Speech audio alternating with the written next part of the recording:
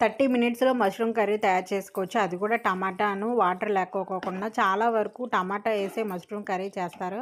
అలా కాకుండా ఇలా చేయండి. థిక్ గ్రేవీతో చాలా టేస్ట్‌గా ఉంటుంది. ముందుగా మష్రూమ్స్ క్లీన్ చేసుకొని, కట్ చేసుకొని, అల్లము, పచ్చిమిర్చి, వెల్లుల్లిపాయలు చిన్న చిన్న ముక్కలుగా కట్ చేసుకొని వేసుకోవాలి. అలాగే బ్రౌన్ ఆనియన్స్ పేస్ట్ చేసుకొని వేసుకోవాలి. 2 ఉల్లిపాయలు తీసుకొని బ్రౌన్ ఆనియన్స్ చేసుకొని పేస్ట్ చేసి వేసుకోండి. అందులో పెరుగు అలాగే పసుపు వేసేసుకోండి. ఇందులోకి కసూరి మేతి వేసుకుంటున్నాను. మీ దగ్గర ఉంటే వేసుకోండి, లేదంటే స్కిప్ చేసుకోండి. ఇది వేసుకుంటే మంచి స్మెల్ వస్తుంది. అలాగే టేస్ట్‌కి సరిపడా సాల్ట్ వేసుకొని, హాఫ్ టీ స్పూన్ దాకా గరం మసాలా వేసుకొని, ఇవన్నీ స్పైసెస్ అంతా మష్రూమ్స్‌కి పట్టేలా కలిపేసుకోవాలి. ఈ విధంగా కలుపుకొని 10 నిమిషాలు పక్కన పెట్టుకోండి.